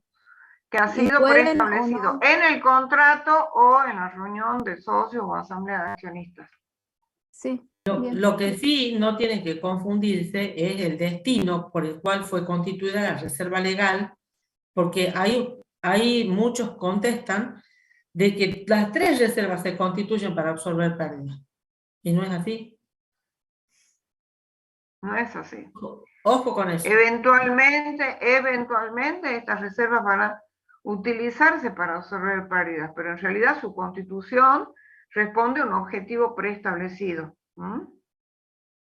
O sea, tienen su objetivo, pero llegado el caso, si hay una pérdida, y bueno, en ese caso hay que absorber la misma. Pero no quiere decir que han sido creadas para absorber pérdidas, no. Eso ya es otra cuestión. Bueno. Acá hay una pregunta de Gisela, dice, profe, los dos grandes rubros del patrimonio neto son, y pone aportes, y dentro de aportes pone aportes capitalizados y aportes no capitalizados. Si contestas esto, Gisela, no está bien. ¿Por qué? Porque ¿cómo se llama el rubro? ¿Cómo se llama el primer gran componente o rubro del patrimonio neto? ¿Cómo se llama? Todo le preguntamos. ¿Los propietarios? Aporte de los propietarios. Aporte de los propietarios. Ese es el nombre del rubro. O sea, aporte solo no. Aporte de los propietarios. Y dentro de aporte de los propietarios, ¿qué rubros encontramos? Aporte Encontramos el rubro aportes capitalizados y aportes no capitalizados. No, esos no son rubros. Encontramos el rubro capital, el ajuste de capital, la prima de emisión, los aportes irrevocables. Esos son los rubros que componen los aportes de los propietarios. ¿Sí? Y luego dice que el otro gran rubro son los resultados acumulados. ¿Está bien eso? ¿Sí o no? Sí, profe. Muy bien, eso sí está bien. Y dentro de resultados acumulados, ¿qué rubros tenemos? Ganancias reservadas, resultados no asignados Y resultados diferidos. y resultados diferidos. Ojo cómo ponen ustedes esto. ¿Sí? Es verdad que dentro de los aportes podemos encontrar aportes que están capitalizados y aportes no capitalizados. Nadie dice que no es así. Pero si ustedes están hablando de rubro, no pongan eso, aporte capitalizado y no, porque esos no son rubros. ¿Se entiende, chicos? Tengan cuidado cómo expresan ustedes lo que están diciendo. ¿Sí? Eso sería, digamos, una especie de clasificación, si ustedes quieren, de los aportes, capitalizado y no capitalizado, pero no son rubros. ¿Sí? Fíjense, por favor, para este tema, vayan a ver un estado de evolución del patrimonio neto. Ahí les va a quedar bien clarito lo que les está explicando la profesora, ¿sí? Y están los dos grandes componentes, aporte de los propietarios, resultados acumulados, y está la composición de cada uno de ellos, ¿sí? Con eso ya les va a disipar todo tipo de dudas. Bueno, ¿algo más? Profe, en la RT9 ignora lo que serían los ajustes de capital. O sea, pone capital suscrito, aportes irrevocables y primas de emisión nada más. Si yo no pongo ajuste de capital estaría mal, ¿no? Sí, porque no estás dando cumplimiento a lo que la misma resolución técnica te pide, que vos tenés que exponer el capital a valor nominal siempre. Entonces, cuando hay reexpresión de estados contables por el contexto inflacionario, si se da lo que se especifica, digamos, en cuanto al monto, al porcentaje de inflación, que te obliga a ajustar los estados contables, sí o sí vas a tener un ajuste de capital. ¿Entendés? Quizás no lo ponen porque no siempre, hubo épocas en las que eso no existía, digamos, en nuestro país sí, porque hay inflación al rolete, pero por eso surge el rubro, justamente para dar cumplimiento a esa disposición normativa de que el capital se expresa a valor nominal siempre. Entonces, el ajuste que uno practica del capital, cuando lo determina, lo tenemos que poner en otro rubro diferente. Y en una... o sea, sería, vos tendrías rubro capital, rubro ajuste de capital, cuenta capital y cuenta ajuste de capital para hacer la registración que corresponda. ¿Sí? ¿Se entiende? Sí, profe. Bueno, vamos a la unidad 10, tareas previas a la elaboración de los informes contables. Y acá sí había una pregunta de Gisela, creo que era. Al principio, sí. Sí, Gisela era, que habías consultado. Sí. Ahí la estoy buscando. ¿Qué cuenta era la que querías consultar? De deudores por venta, si se realiza una conciliación, y de participaciones societarias, si se hace un inventario, por lo que leí en Prioto, vi eso, no sé si lo interpreté mal. En el caso de los deudores por venta, sí, es la tarea, una de las tareas, es la de conciliación, no quiere decir que sea la única. ¿Y la otra cuál era? Participaciones societarias, ¿se realiza un inventario? No, examen de documentación tenés que hacer ahí. Ah, bien, bueno, eso nomás, profe, gracias. No, por favor. ¿Alguna otra duda? Prebalance, inventario.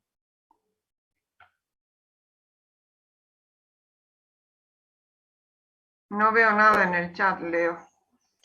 Profe, el plazo fijo entraría dentro de la conciliación con el banco, ¿no? No, ahí vas al examen de documentación más bien. A Vos buscar los porque certificados. cuando vas a la conciliación, las conciliaciones son los movimientos en una cuenta corriente bancaria, donde podés llegar a tener diferencias temporales, diferencias que den lugar a ajustes contables. En cambio, con el plazo fijo vos tenés la certeza de qué es lo que has constituido oportunamente, cuándo es el vencimiento, qué interés te va a generar a lo largo de ese X plazo. Ahí lo único que vos haces es examen de la documentación, nada más. Ajá. O sea, reviso los certificados de plazo fijo. Claro, tal cual. Ajá. Muy Bien. bien. O bien lo chequeas vía home banking, porque ahí podés llevar también el historial e ir viendo cuándo los has ido constituyendo y demás. ¿Mm? Porque inclusive ahora los plazos fijos los haces por internet. Entonces, Claro, hay una opción que se llama inversiones, constitución de depósito a plazo fijo, y lo vas realizando y periódicamente vas chequeando a ver cuándo se produce el vencimiento, vas verificando. ¿Qué otra duda de esta unidad, chicos, de la 10? Profe, y en el patrimonio neto habla sobre la conciliación de los saldos iniciales y los saldos finales. Eso no me quedó muy Sí. claro. No sé a qué hacer. Y vos tenés que chequear, tenés que verificar que los saldos iniciales sean coincidentes con los saldos del periodo o ejercicio inmediato anterior. Porque si vos estás partiendo, vos cuando haces los cortes en el tiempo, los saldos al cierre deben ser coincidentes con los saldos iniciales del ejercicio que sigue. A eso está apuntando el autor de cuando haces ese seguimiento de los saldos, control de saldos. Es simplemente verificar la coincidencia entre los saldos finales del ejercicio o periodo inmediato anterior con los del ejercicio que se está iniciando. Ah, bien. Bien. Bueno, ¿alguna otra duda de esta unidad? Pasemos entonces a... Sí. No sé quién habla. ¿Quién está hablando? A ver, Antonella.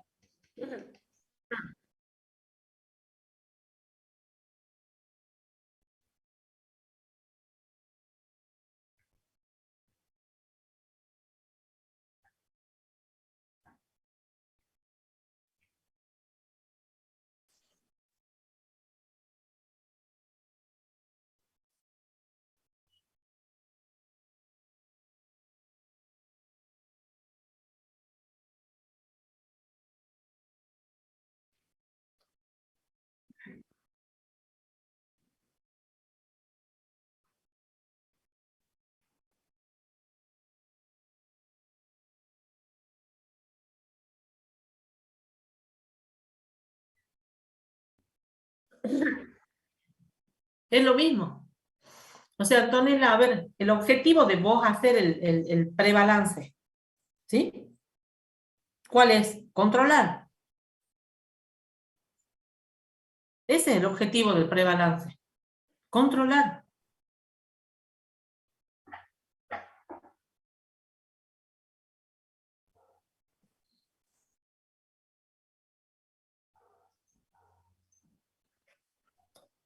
Ay, ay, ay. A ver. Espera que yo voy a ver lo que ella está diciendo, porque la verdad que no comprendo qué quiere, no sé dónde está el problema de ella. Ella se está posicionando en la palabrita, porque en la Sí, materia por eso. anterior le han hablado de eso. Y bueno, vos en estos momentos ponelo como lo damos nosotros en la cátedra. Si nosotros se lo hemos dado como objetivo, lo vamos a evaluar así, de ese modo. Nosotros no le preguntamos a los profesores de la otra cátedra cómo se lo dieron. O sea, nosotros nos hacemos responsables de lo que le hemos dado en clase y cómo está dado en la filmina, en la clase y demás. Ahí está, ahí la encontré. Vos te estás refiriendo a la que dice prebalance objetivo, Entonces ahí está clasificado, por ejemplo, en medios manuales, verifica el cumplimiento del equilibrio de débitos y créditos. ¿A eso te estás refiriendo, Antonella?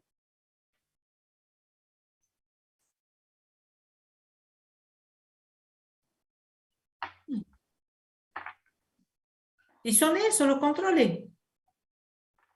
Sí. Claro, porque el objetivo es controlar. El objetivo es controlar, no cabe duda. Por eso es tan importante el prebalance y ustedes tienen que saber cuáles son los controles que se hacen ahí. ¿Para qué sirven esos controles? Esos controles nos permiten a nosotros, empresa, estar seguros que la información contable es confiable y que refleja la realidad de la empresa antes de darla a conocer a los terceros. Porque ustedes se imaginan que si luego de hacer el proceso contable, nosotros obtenemos el balance de suma y saldo, hacemos algunos, y ahí nomás ya armamos el balance y lo ponemos a disposición de terceros para que tomen decisiones, sin antes previamente hacer controles para estar seguros de que no se han cometido errores, omisiones y de que hay ajustes que debemos realizar, porque la contabilidad no está reflejando en algunas partidas la realidad de la empresa. Entonces, si no hiciéramos todos esos controles, primero hay una etapa de un control cuantitativo, ¿sí? Que lo tenemos que hacer, y no conformes con eso tenemos que ir a controlar cualitativamente, que es para justamente verificar esto que le estamos diciendo. Esos controles cualitativos tienen que hacerse rubro por rubro, cuenta por cuenta. Una vez que yo verifico eso, recién ahí puedo confeccionar los estados contables y brindar esa información a terceros. Por eso, todo es control. Es control, ese es el objetivo que persigue esta herramienta de trabajo que es el prebalance. Controlar. ¿Sí? No, bueno. ¿Alguna otra duda de esta unidad? Profe, en prebalance, usted ha dicho que se lo hacía una vez al mes, ¿no? Pero en la realidad no se hace una sola vez al año, en la vida real. Porque está en el libro. No se hace una sola vez al mes. O sea, digamos que hace de forma mensual. Podés usar la periodicidad que a vos te quede mejor. Podés hacer controles quincenales, semanales, ¿sí? O cada 3 meses, depende de cada, o lo puedo hacer anual. Empresa. Claro. Sí o sí, indefectiblemente anual. Pero no sería conveniente, porque en la medida que vos llevas un control con periodos más acortados, más cortos, es mucho mejor. Es más fácil detectar diferencias, ir conciliando, avanzando en muchas tareas, para que cuando llegue la época de la fecha de cierre de estados contables, se hayan alivianado en otro tipo de funciones o tareas. ¿Sí? Sí, entonces, la periodicidad la fija cada empresa. Pero no está nada indefectiblemente lo tenés que hacer a fecha de cierre. Eso no quita que podés usar otro tipo de periodicidad. Sí, porque a mi trabajo lo hacemos una sola vez al año, por eso es que yo digo mensual, me parece. Sí, pero hay empresas, hay grandes empresas, que ustedes saben, las que cotizan en bolsa tienen que hacer balances trimestrales, sí o sí tienen que hacer esto trimestralmente. Claro. Porque están confeccionando los estados contables cada 3 meses. ¿Sí? Y habrá otras que lo hagan mensualmente, quizá vos no sabés. Todo depende de cómo tenga el sistema contable cada empresa, digamos. ¿Sí? Y con las exigencias con las que está trabajando esa empresa. Sí. Bueno. Por último, vamos a la unidad 11, informes contables. ¿Qué dudas tienen aquí? Profe, yo tengo acá una gran duda con respecto a la clasificación de resultados. Yo para clasificar los resultados me guío en función a las definiciones que aprendí. Y, por ejemplo, la cuenta juicios y litigios, yo lo clasificaría dentro de extraordinarios, porque no es algo que se da todos los días. Pero algunos de mis compañeros dicen que entraría dentro de operativo. Y litigios es un resultado extraordinario. A ver, que a la empresa le interpongan una demanda judicial, ¿depende de la voluntad de la empresa? No. Tiene que ver con con que eso es un gasto que se da de manera repetitiva, como más decía, porque acá la norma lo que define es el resultado extraordinario justamente, no dice cuándo un resultado es ordinario, te dice que todo lo que no es extraordinario es ordinario. Eso dice. Claro, Entonces dice hay que que saber bien cuándo un Claro, resultado es extraordinario. Se tienen que dar todas las condiciones. ¿Sí? Claro, porque Entonces, yo por las eso es aprendí en las extraordinario, Daniel. definiciones. En función de las definiciones que aprendí, yo voy clasificando Claro. los resultados.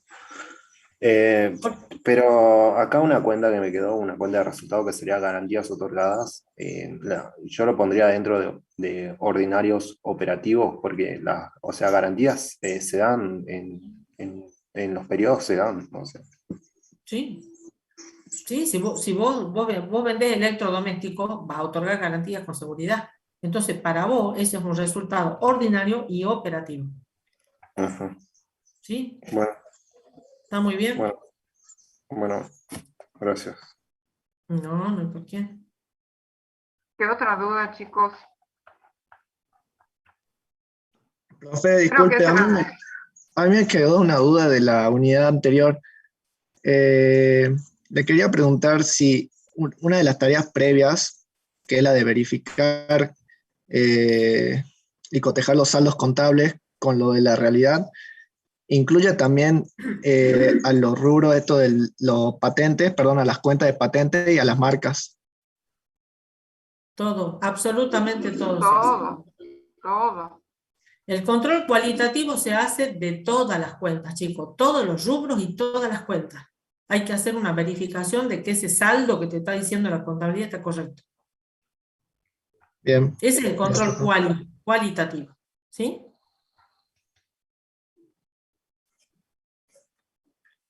Bien, Ramiro. ¿Qué otra duda, chicos?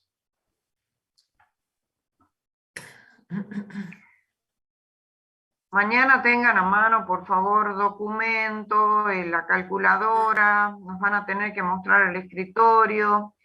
Buena conectividad, chicos, y activadas las cámaras, ¿no? Por favor, eso es fundamental.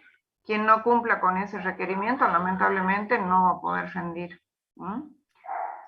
Así que Si sí o sí utilizan con celular, las cámaras, no como ahora que están muchos sin cámara, pero mañana todo el mundo con cámara, ¿eh? Si no, no van a poder rendir.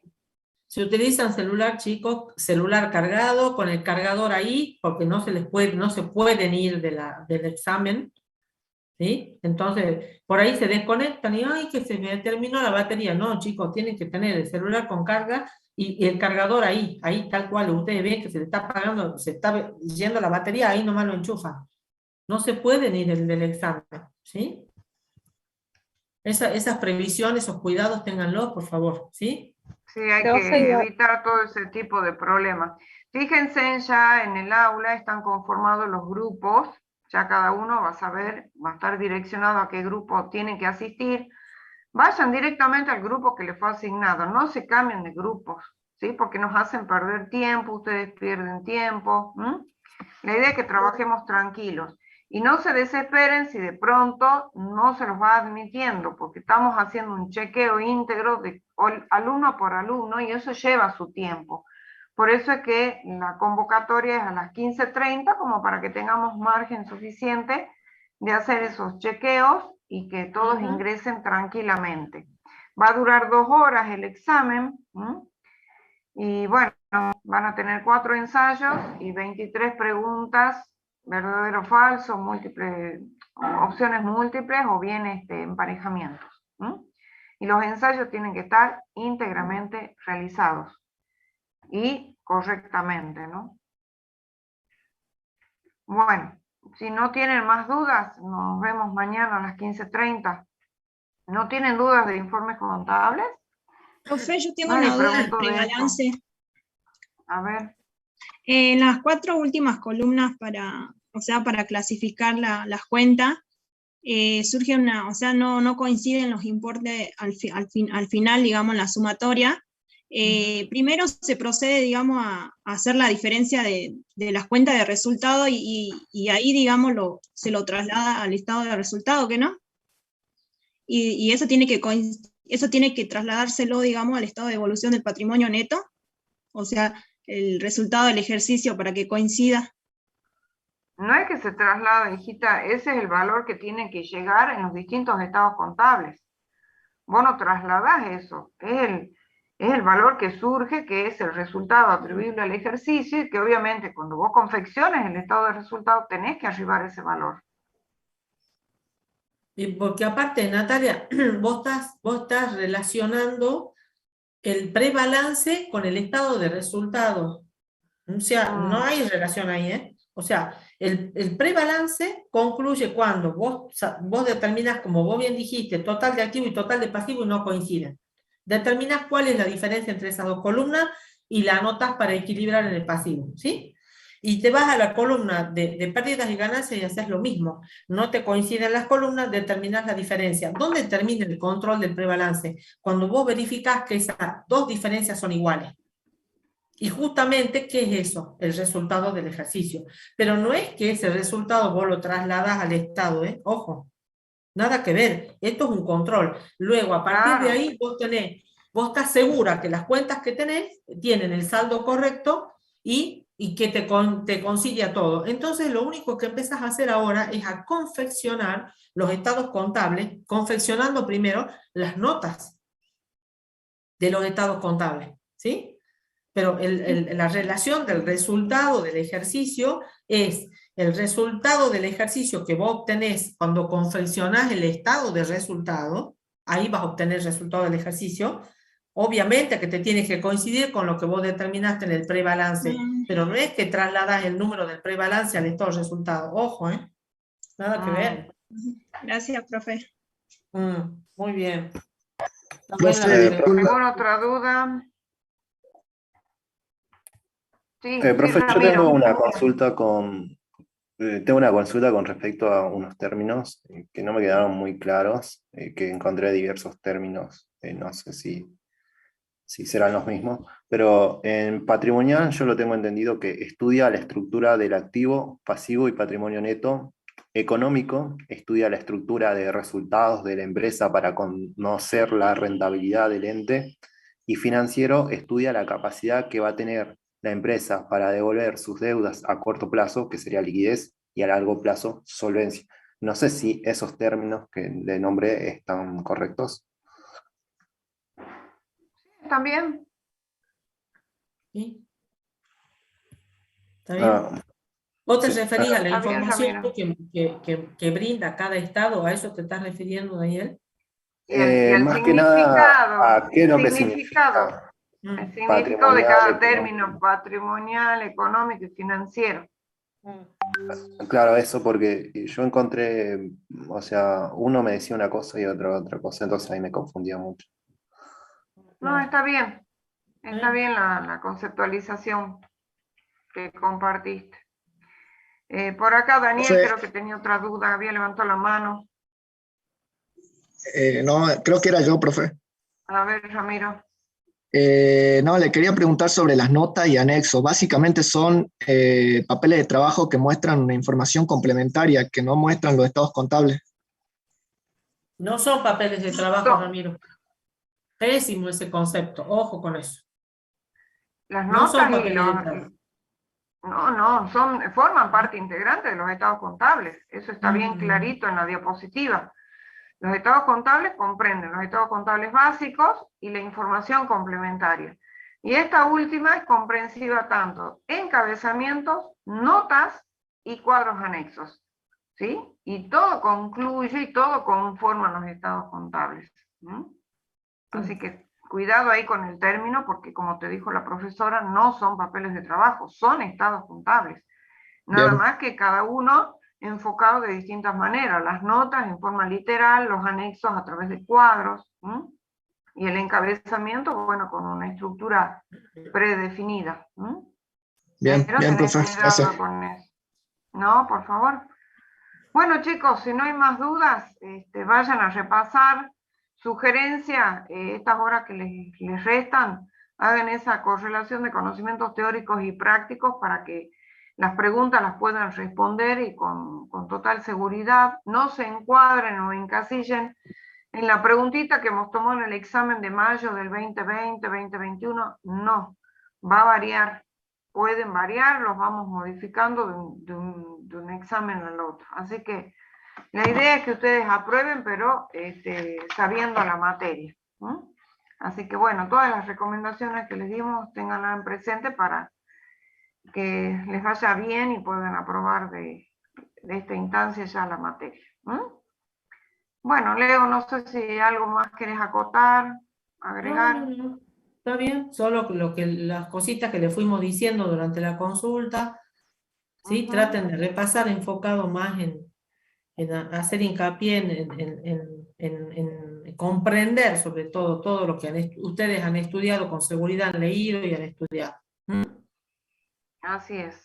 Eso. Bueno, chicos, nos vemos mañana, Dios mediante. ¿Profe? Ingrese cada uno al grupo que ha sido asignado. No sé quién habla. Yo, Mauricio Dávila. Sí. Yo tengo una duda con mi situación. Yo estoy por rendir excepcional. Mauricio Dávila. ¿Vos rendiste la parte práctica el otro día, Mauricio? No. No ¿Y te esto? tengo, espérate.